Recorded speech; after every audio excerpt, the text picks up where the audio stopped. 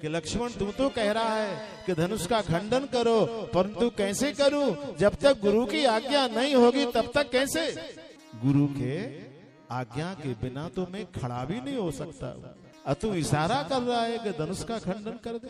अगर आज्ञा का उल्लंघन हो जाएगा तो गुरु परंपरा जो है वो नष्ट हो जाएगी। मेरा तो कहना यह है कि ये राम जी जो इशारे से लक्ष्मण जी से कह रहे हैं ना, ये इशारा लक्ष्मण जी से नहीं था, गुरु जी की ओर था कि गुरु बाबा अब आप आज्ञा दें। विश्वामित्र जी विराजमान है, एक हाथ लिया और राम जी की पीठ पर रखा और क्या कहा? उठहु राम भंजऊ भव चापा,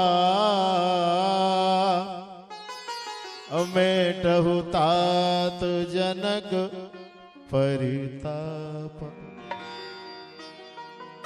उठो राम उठो, आगे बढ़ो, धनुष चढ़ाओ नहीं, धनुष को तोड़ दो। बड़ी सुंदर बात। शिव जी का धनुष अहंकार का प्रतीक है। अहंकार को उठाया नहीं जाता, अहंकार को तो तोड़ा ही जाता है। और जब तक अहंकार को नहीं तोड़ोगे तब तक भक्ति रूपी श्री जानकी जी जयमाल नहीं डालेंगे। साधक को बचना चाहिए। अहंकार टूटे तो भक्ति मिले, पर अहंकार तो जाने ही वाला नहीं। राम उठो और जाकर के जनक के हृदय में उठे संताप को दूर करो।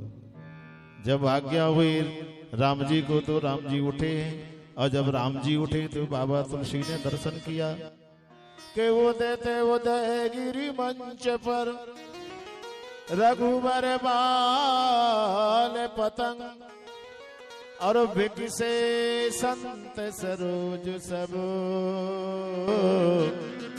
हर से लोचन भ्रंग। सिंहासन पर खड़े हुए जब मेरे राम, तो जैसे मानो उदयगिरी पर्वत पर जैसे बाल सूर्य का उदय हुआ हो। राम की उपमा सूर्य भगवान से, राजाओं की उपमा चंद्रमा से। जगत में सूर्योदय होने पर ही प्रकृति में परिवर्तन होता है, और जब तक सूर्य उदय नहीं होता तब तक प्रकृति में परिवर्तन नहीं होता। परिवर्तन क्या होता है? जब सूर्य उदय होता है सरोवर में कमल खिल जाते हैं, और उस सरोवर के कमल में रात भर कैद हुए जो भंवरे हैं ना, बाहर निकल के गुंजन करने लगते हैं। और आकाश मंडल में टिमटिमाते जो नक्षत्र जो है ना, वो तेजहीन हो जाते हैं। तो देते उदय गिरी मंच पर रघुबर बाल पतंग, विकसे संत सरोज सब लोचन भृंग। सूर्योदय होने पर कमल खिले।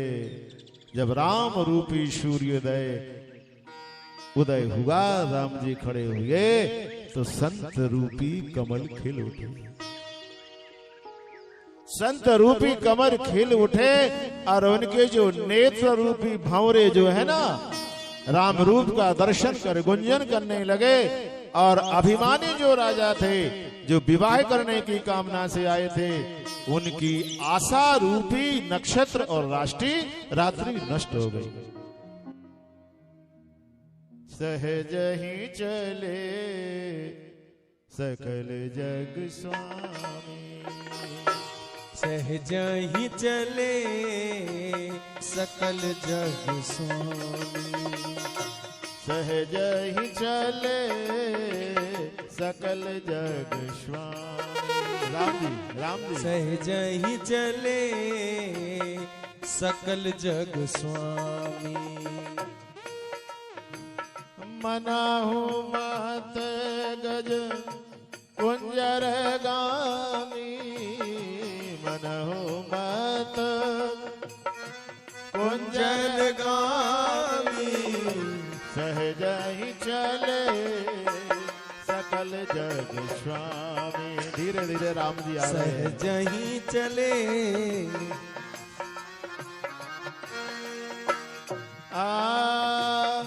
धीरे धीरे वहां बैठ जाएंगे। जब राम जी चले हैं धनुष खंडन करने के लिए, सारी सभा में बैठे नर नारियों ने, सब राजाओं ने दर्शन किया। महारानी सुनैना जी की नजर पड़ी, विराजमान हो जाए।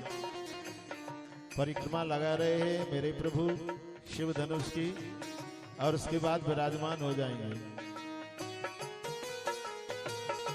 सहज ही चले सकल जग स्वामी। कुर्सी ला। सहज ही चले सकल जग स्वामी।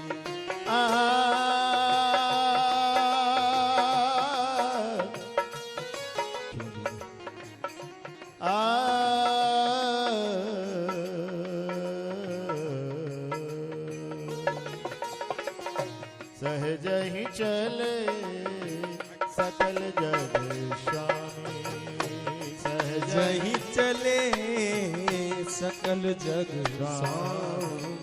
सबसे पहले महारानी सुनैना जी की नजर पड़ी तो कहा, अरे सखी जरा देख तो, राजा बाबला हो गया मेरा।